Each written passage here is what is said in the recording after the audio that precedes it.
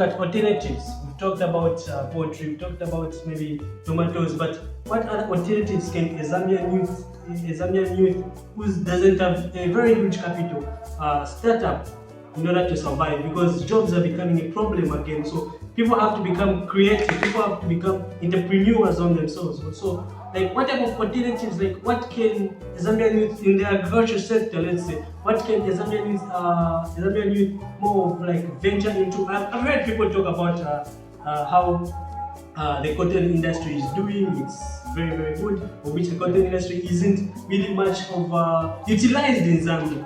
You get, and that's one of the most important things. I think that's one of the most important that's growing the Moroccan economy, fabric, clothing, things like that.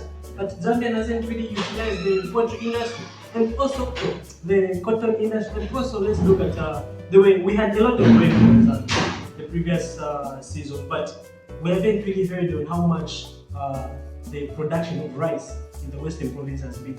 We haven't had that much mass production of rice. I mean, we've got a lot of land to produce rice. We've got the weather, the climate along the banks of the Zambezi River, where the Westerners are producing, but still at a small scale. So, could you encourage the Zambian youth to venture into such rather than just relying on the already, let's say, existing and already congested businesses which are occurring? Yeah, well, as you rightly put it, there's a lot of potential, a lot of areas, significant areas which might bring a lot of, positive impact on the economy, which are still yet to be tapped into to a great extent. And I think in the agriculture sector, since we narrowed it down to the agriculture sector, I feel like the cashew nut production is something that can also be greatly taken advantage of.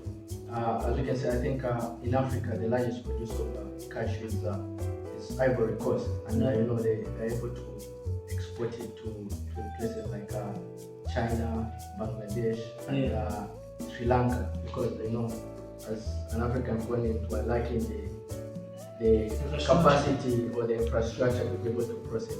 And I think that's one thing which also needs to tackle, because if you have a country which is producing something and they're sending those raw materials to be processed by another country, that is taking away the extra income, the extra value that can be utilized. So I feel like there should be some reforms that should be able to favor the setting up of industries that will be able to process such things as cashew nuts on the African continent and in Zambia to be specific, because cashew nut is something which has a very high potential on the market.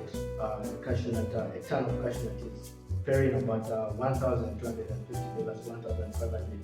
$1,500. So you can say that's a ton of money which can be utilized. Hence, I feel like as youths, we can utilize much more of our potential and head into this industry. Because if you look at a country like Morocco, it has a twice the population of Zambia, but it's got less land, the square kilometer compared to Zambia.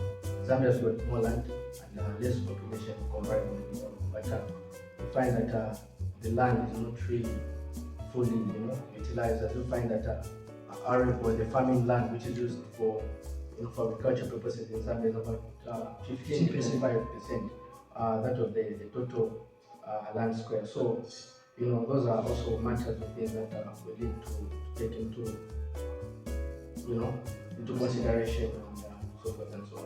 Okay, thank you very much, Mr. Davis, for coming through. I think we're able to learn one or two things concerning how best we can grow our economy, how best we can invest, and what things we can invest on. So we mainly focus on agriculture this time around. Next time we're able to talk about the manufacturing industry and why has Africa lagged behind in this industry, whereby we are able to manufacture our own produce, as Mr. Davis already articulated here, where we are sending our raw materials to other countries, and at the end of the day, we ain't benefiting that much.